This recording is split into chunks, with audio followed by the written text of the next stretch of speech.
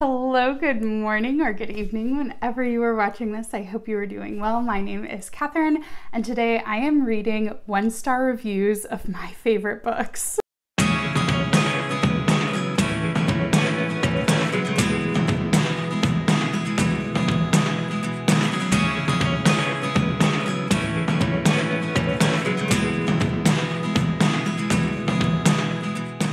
I've seen a couple different people do this and I've always avoided it because I didn't want my feelings to get hurt, but I'm curious and I need to know. As someone who doesn't actually do star ratings, it's always interesting to me to see what it is that causes someone to give a book like 1 star. I have a feeling some of these are gonna be petty. I have a feeling some of these are gonna be really funny. I have a feeling there'll be some where I'm like, yeah, that's totally fair. I'm going to try and not take this personally, but we'll see how it goes. The first book that we're going to start off with is My Love, My Baby, My Angel, 6 of Crows by Leigh Bardugo. Okay, so 6 of Crows currently has a 4.48 on Goodreads, which is actually kind of crazy. Going down to the reviews, I'm gonna go straight to the 1-star reviews. This first one starts off kind of funny because it's giving a lot of compliments. So it's saying things like, understand why it's so beloved and has an active fan base. It gets a lot of things right. Here's a short list of things that are excellent about this book. The writing is superb. The world building details and setting descriptions are outstanding. The plot is tightly woven and the reader forgives flashback interruptions. Wait, what? This is where I feel like we did not read the same book. The setting of 6 of Crows is a modern pornographic imagery that equates death with sex, feelings with weakness, and ignores basic human psychology in favor of a James Bond level action tale. I don't think I've ever heard 50 Shades of Grey and 6 of Crows in the same sentence. Moving on to a different one. This one I feel like is totally fair. It says it took me all of 2 chapters, maybe 20 pages, to realize that this is not the book for me. It's got tons of names you can't remember or pronounce. Arguably not true, but that's fine. Political intrigue out the wazoo, and a sadistic streak, and a heist caper plot. All of those elements immediately turned me off this book. Not my cup of tea at all. See, that's totally fair. If like fantasy heist books aren't your thing, then why would 6 of Crows be for you? And I'm glad they recognize that. I don't think reading 20 pages of a book really means that you can give it 1 star, but like, whatever. Poor group of characters might well be the most boring group of protagonists I have ever read. That one did actually hurt a little bit. Okay, I'm going to read this one last one. It makes me laugh. So we have a sort of Mission Impossible type plotline with ramshackle crew that has no camaraderie, bound together basically by obligation to their gang and fueled by greed. Their leader Kaz is 100% money driven. Yeah. And people are only important to him if money is at the end of the relationship. Not true. And he never veers from that. Also, it's complicated. So I never could like him, even after his heartbreaking backstory was revealed. And the rest of the characters don't have enough development to make me care for them one way or another. You know, I think that's a lot of assumptions to make in book 1 of a duology, but you know. While each character was unique and distinct, any of the characters could have been killed off at any time and it would have made no difference to me. Ouch. Obviously, it's a plot-driven book, not character-driven. Had no person who's read a Leigh Bardugo book ever. That's the last one for 6 of Crows. We are moving on to a different book. Next one is going to be A Soul to Keep by Opal Rain, one of my favorite monster romance books. I already know this is not gonna go well. This one probably will be funnier than 6 of Crows. One of my friends gave it 2 stars. That's awkward. Wow, people write really long reviews. Here's the thing, y'all. The prose is so utterly god-awful that I dropped it after half a chapter. Imagine writing the sentence, they came in many sizes, which informed their prey if the monster in front of them would guarantee their death or not, and thinking it's anything but excruciatingly mechanical. I don't care how sexy the monster is. I'm not wasting my time on Wattpad quality writing. Again, 1 star after half a chapter. Interesting. DNF'd after 28%. Again, I guess my question with this video is it fair to give a book 1-star rating if you DNF it even before like halfway through? I felt the story had an interesting premise, but needed a firmer editing hand. There was a lot of clunky language, awkward sentence construction, repetitive phrasing, and inconsistencies. This ultimately pulled me out of the story one too many times, but what is workable for me may not register for someone else. Maybe I'm just a lot more lenient in terms, like, I think that's actually totally fair. There probably could be some things that could be edited better in the book. Don't mind, and like this person said, what's unworkable for them may not register for someone else. Again, is that really 1 star worthy? Things I enjoyed reading more than this book: the back of a shampoo bottle, wet floor sign, Apple terms and conditions, IKEA furniture instructions. Do I need to continue? Damn. Okay. Harsh, but sure. I'm moving on to another one. The next one I am doing is The Hobbit. Surely people can't say anything too bad about The Hobbit, right? So it's currently sitting at a 4.29 on Goodreads. I get all these people who have rated it. Most of my friends have given it 3 to 5 stars. 2.5. You know who you are. Okay, these ones are gonna be funny. In certain crowds, my rating in words about to write, well typed, would probably get me shot, but The Hobbit is still one of the most boring books I have ever read. Tolkien's writing seems so dry and impersonal, though I can't deny he had a lot of fascinating ideas. Gonna disagree with you on that one. The thing with The Hobbit is it's a children's book. I wouldn't even classify it as YA, although towards the end it gets a little bit more YA, but I would say it's firmly in like middle grade realm. So if you approach it as an adult book, the old white men in my comments can suck my point stands years later. This book is only good because of nostalgia. All of these characters are men, and for what? I don't have to look past that just because this is a classic. Leave me alone and stop trying to explain how I'm not getting it. I got it just fine and I hated it. Cough and go get a life. Listen, I actually 100% like do understand where you're coming from with that one. There absolutely could be more women in the book, so I totally get that. If you've heard the Hallelujah Tolkien chorus lately and have been encouraged to read the book that inspired the newly released movie, don't do it. Your friends are lying when they say it is worth reading. The only reason I read it was because I needed a fantasy book for a young adult literature class, and my fantasy reading friends sang the praises of this book, especially because the movie just came out.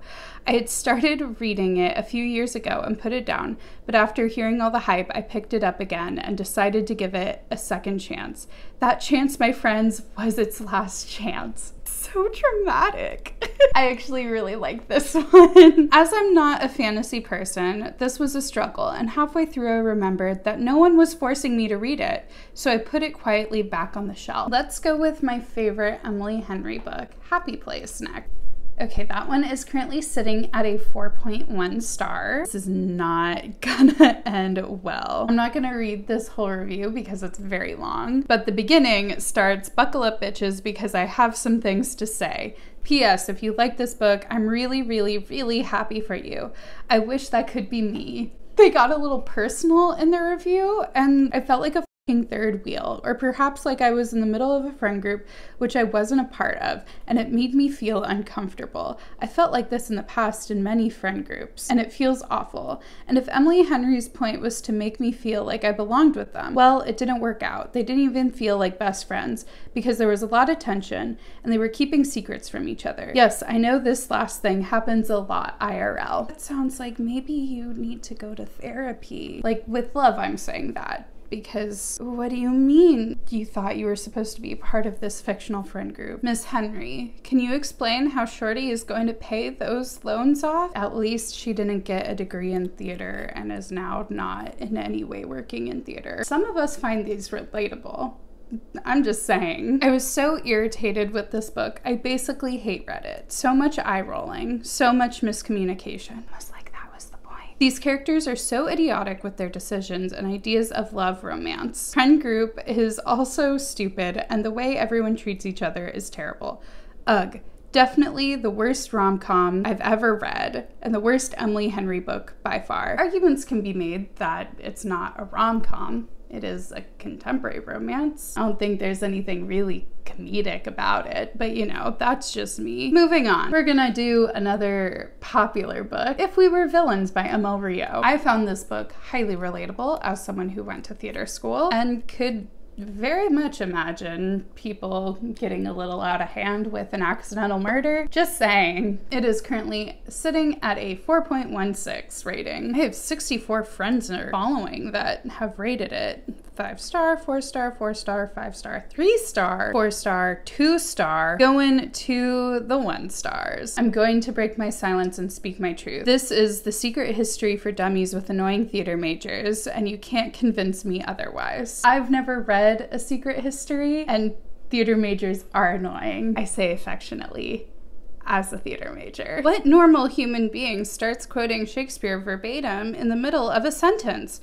I need to get a gripeth. See, you've never talked to a Shakespeare person. They're the most annoying of theater majors. Nah, actually, them and musical theater majors. Hand in hand. I think I am too dumb to be able to appreciate that book. Honestly, that's a very fair feeling, and I commend you for saying it, because there's been many a book where I'm like, I think I might be just a little too stupid for this one. Most of these are, it's a ripoff of The Secret History, or it's The Secret History but with annoying theater majors. So, you know, that's fine. I'm so glad that Donna Tartt is the only person who's ever written any sort of murdery type book in a boarding school type setting. Only one ever to ever exist.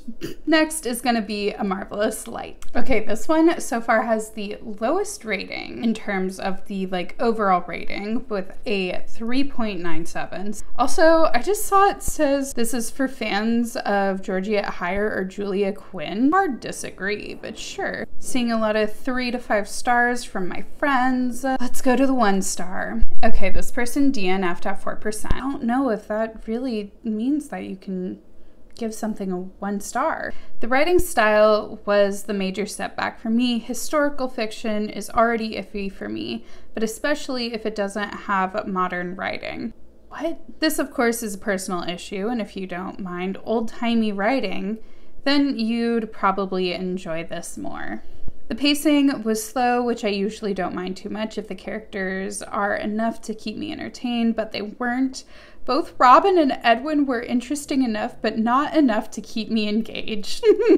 A Marvelous Light? No. A Marvelous Torture? Absolutely. This book was pretty bad and was really let down by it. I think I should have known I wouldn't like it, as the blurb said it was like red, white, and royal blue. Why would anyone compare this to red, white, and royal blue? Except for the fact that it's 2 gay men. Red, white, and royal blue actually has a bisexual. That's besides the point. That is the only thing that would be similar, is kind of Grumpy Sunshine-ish, kind of. A little bit of reluctant allies and they're queer, but that's it. The writing is pretentious and difficult to follow. There's no world building, and the plot is thin and boring. I made it through, but at the end I was exhausted and annoyed, and I wasted a day for this. This is very sad. This is very disheartening, but you know, we continue through. I'm gonna go for 1 more book. I'm gonna look at The Diviners, which is one of my other all-time favorite YA fantasies. This one I could see going one of 2 ways. Okay, it's a 3.94. This does have the lowest rating. Let's see what people have to say about it. Oh no, I'm gonna have to defend Evie, aren't I? The heroine was intolerably stupid, annoying, attention-seeking, and inconsiderate.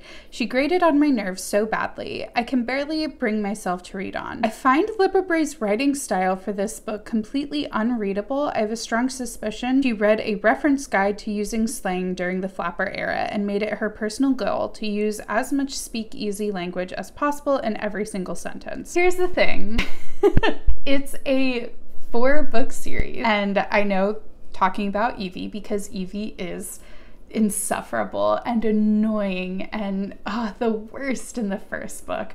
Her character like journey and development and arc in the 4 books is probably one of my favorites and like one of the biggest character arcs that I've ever read, because she goes from being annoying flapper party girl to someone who is like really caring. I do get the not loving the like usage of the like 1920s language, but for me personally, it was very immersive in the book. Another one, DNF'd at 40%. I cannot take this main character at all.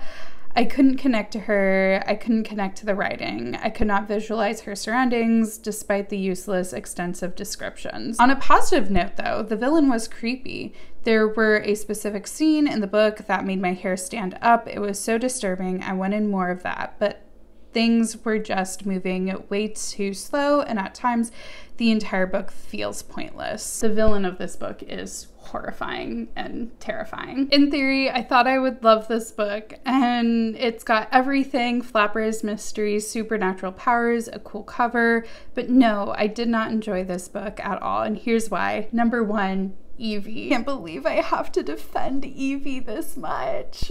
She's not even my favorite character. Evie, one of the most unlikable protagonists I have ever met. She's obnoxious, rude, and never lets you forget, I'm a wild and crazy flapper.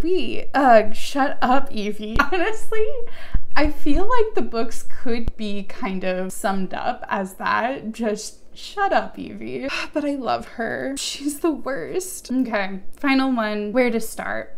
I don't often give 1-star reviews, and perhaps this is a bit harsh, but towards the end, I literally said, seriously, another chapter?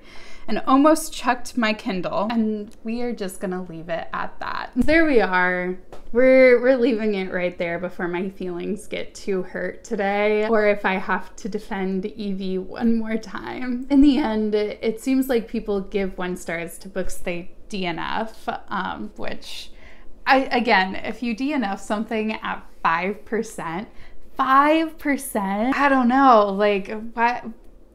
Should you really be rating it? Or if it's something that they don't particularly normally like to read, i.e. historical fiction or fantasy, and it's a historical fiction or a fantasy. All in all, read what you're gonna read, love what you're gonna love, hate what you're gonna hate. And before you say there's no character development, you do have to read the series and see the full character arc. Thank you so much for watching. If you like this video, go ahead and give it a thumbs up. If you want to see more videos like this, go ahead and hit subscribe. I hope you have a wonderful rest of your day, and until next time, bye.